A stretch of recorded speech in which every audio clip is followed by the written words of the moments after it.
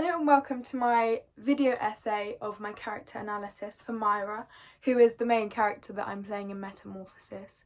And when I first read the script, as many people I think who read this part of the script think this is a very strange story. It's very odd because it's basically about a girl who falls in love with her father, who is the king, and she goes to kill herself out of grief. Her nurse finds her, her nurse begs her to tell her what's wrong, and she tells her, and her nurse is like, it's okay, I'm going to help you. And the nurse basically sets up with her sleeping with her father for 8 nights, 9 nights, while there's a festival, which is the Festival of Ceres, which happens in Greece. And on the 9th night, he brings a candle, sees that it's his daughter, he goes to kill her, and she runs, she flees, and she finds out she's pregnant, and she keeps running although she's pregnant. And then before she gives birth, she calls out to the gods and she is like, I can't take this anymore, I can't do this. And the gods take pity on her and turn her into a tree. Which I'll go into later, her transformation, which I think is really interesting. But yeah, when I first read this, I thought this is a really strange story, and I remember the conversation when we read it in the first time we were looking through the script, and not a lot of people were like very disgusted by it. A lot of people were like, I know it's a story, but just because it's like a well-written story, does that mean it should be shared? Like, these kinds of things are just like gross. It is gross. It's a weird story, but I think it's really interesting, and I think there's a lot of room for kind of character development, and there's a lot to unpack, because when I first read this section of the play, I kind of thought that Myrrha seemed like a very weak character, because she seemed so in love with her father that her obsession kind of made her seem pathetic. She was lovesick, and like she couldn't focus on anything else. All she could see was that she wanted her father, and if she couldn't have that, then she was going to have to die. And I just thought it's pretty simple, like she's pretty weak and pathetic. And I also felt a lot of sympathy for her. You know, she seemed very helpless. She seemed caught up in feelings that she couldn't control.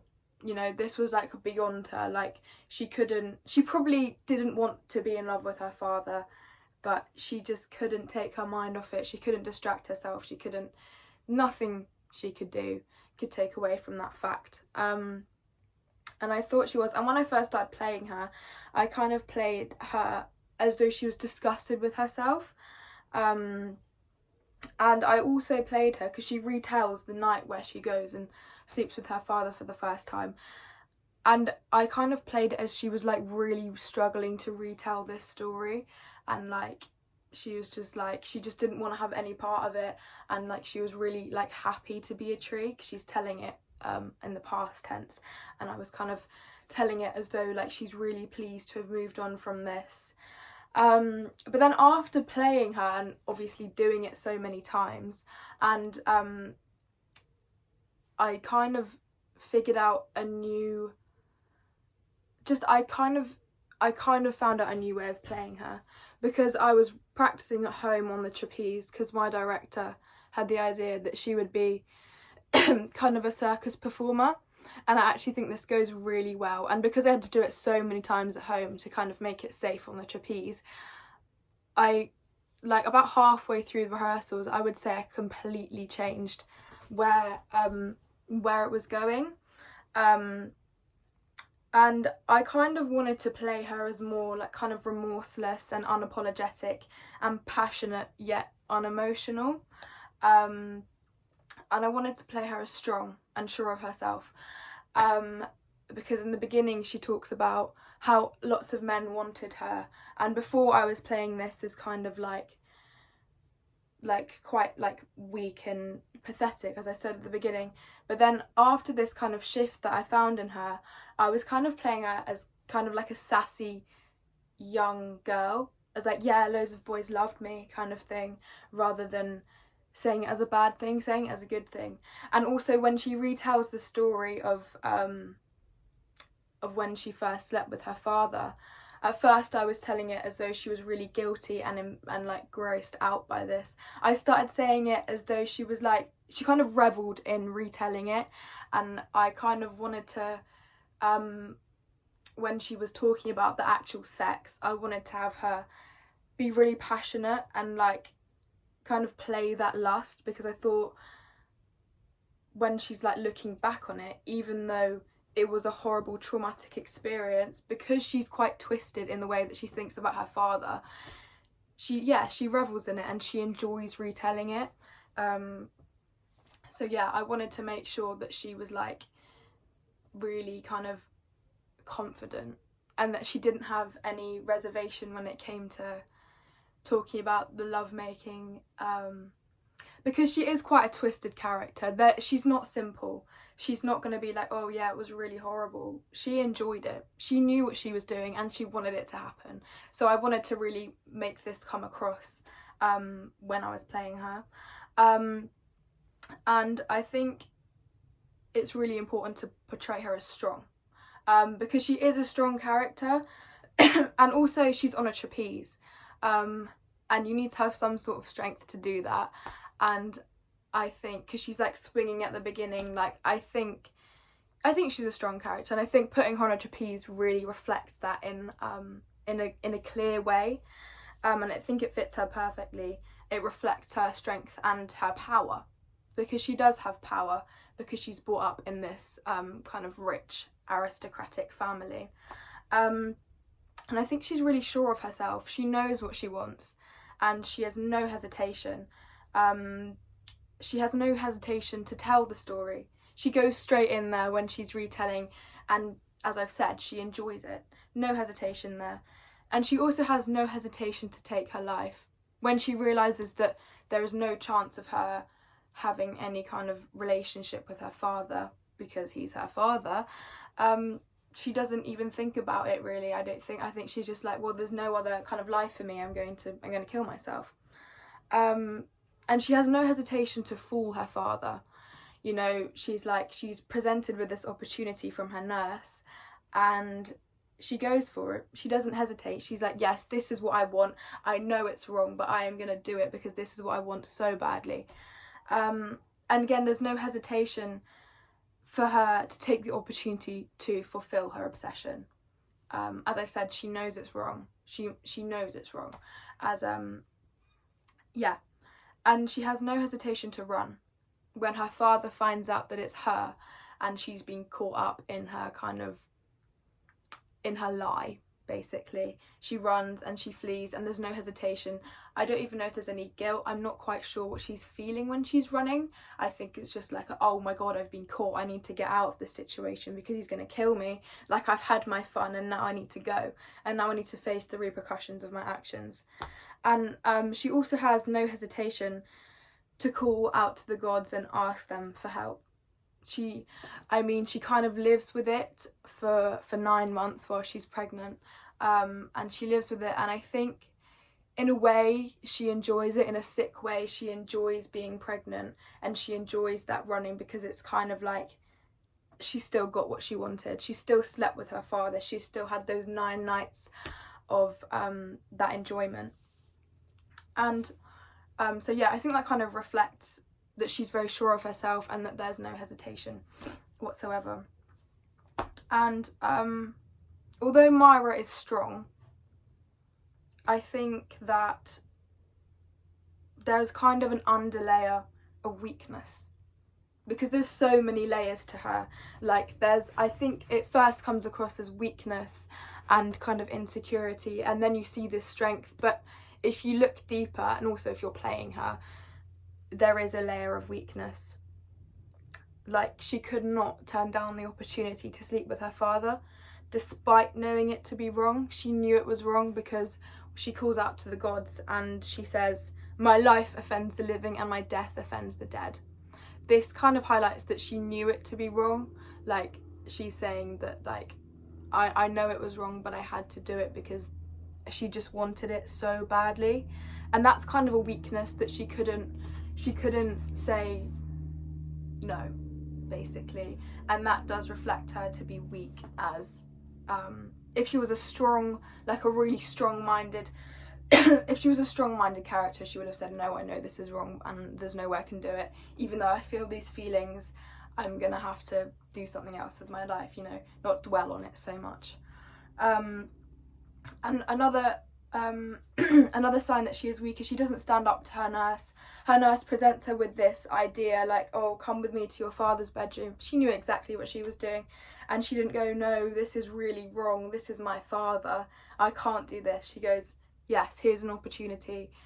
And it's weakness. It is. She can't fight against her want, basically. And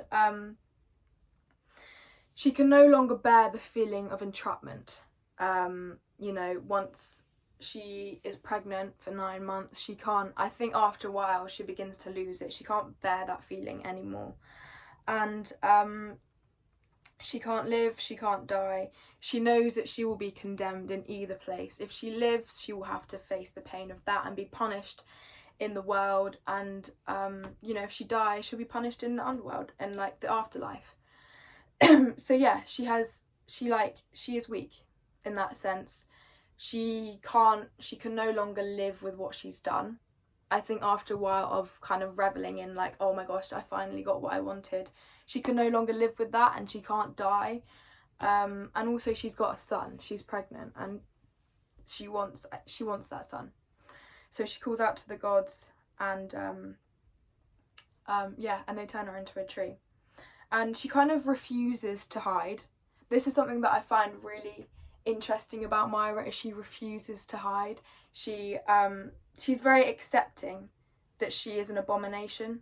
She knows that this is completely wrong, it's against nature. But you know, she's so clear with this want, and at the beginning saying, I am in love with my father. The way that I said it, I played it with disgust, but also with lust. I just think that, yeah, I think it's really interesting how she can be so many things at the same time.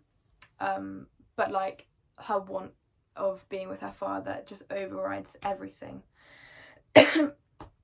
And her backstory is really interesting, because we did some hot seating at the beginning of the kind of rehearsal process, which really helped me with kind of finding out who Myrrha is as as a person. And it's clear that she's brought up in an aristocratic kind of situation. Her father is the king and her mother the Queen of Cyprus, so she's brought up in a very well-to-do family, and she's also brought up by her nurse, who's kind of a parental figure, and I think that's why she's so close to her, because obviously her parents are off doing king and queen duties. She doesn't see them, and in that kind of family, like, I think even if they wanted to, they wouldn't, because that's just not what they do. They don't look after their kids. Like they will bear the children, but then they won't kind of bring them up. That's for the nurses to do, and they just inherit a title. But yeah, the parents don't really do a lot in that kind of situation. And I think I made this up in the hot seating. Well, I actually had this idea before, but it really came out when my director Nat asked me, why is she in love with her father? Where did this come from? And I kind of came up with the idea that when she was young, one of the first times that she had like one-on-one time with her father, they went sailing at sea, just them two, and a storm came and the boat capsized, and her father like pulled her out and brought her back to life, and this was like a near-death experience. It was quite traumatizing for young Myrrha, but ever since then she kind of idolized her father and saw him as a hero. He saved her life, but also she didn't really see him. She just saw him as like the king, and everyone loved and respected him, and so she thought, well, I love and respect him too, but he saved my life. And she didn't really have anyone to talk to about this, so she just kind of, over time, these feelings kind of caught up with her, and she didn't really know what was happening until one day, as like a young teenager, still a child, she kind of admitted to herself that she was in love with her father and she wanted to be with him. And you know, I don't think she had any siblings. I've done lots of research, it doesn't say anywhere that she had any siblings, and she didn't have any friends either. She was brought up in the palace, just basically being looked after by her nurse. She didn't have anyone to talk to about this. She just got really in her head, and you know, all she wanted was to be with her father, and that could never happen. So she decides to kill herself, which, you know, is really sad. But I just think it kind of reflects like where she was at that point in her life. And the circus kind of narrative, I think it fits so well with her character, because I kind of came up with the idea that a circus came to her city, and she was watching from a balcony. Like, she wasn't even allowed to go to the circus because that was kind of like something that the peasants would do, the poor people would do. They would go to the circus, and she was on her balcony and she was watching the circus, and she saw all the performers after the show all like laughing and having fun and just enjoying life. And she saw that, and she saw them performing, she saw them flying, and she saw this freedom, and I think she kind of craved it. Ever since she first saw that as a young child, she craved that freedom, and she really, really wanted that for herself. And I also had this idea in the hot seating that Myrrha had always wanted to be a bird, because birds are free. They're the freest animal, in my opinion, because they could go anywhere, they can fly, they can like just go anywhere so quickly, and they're free. And that's what she's always wanted. So I think having her on like a swinging trapeze, like a swing, I think it just really reflects that craving that she has, that kind of want, that kind of lust she has for freedom.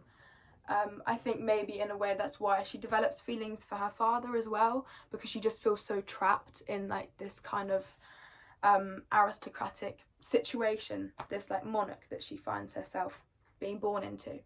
And so she just really wants that freedom.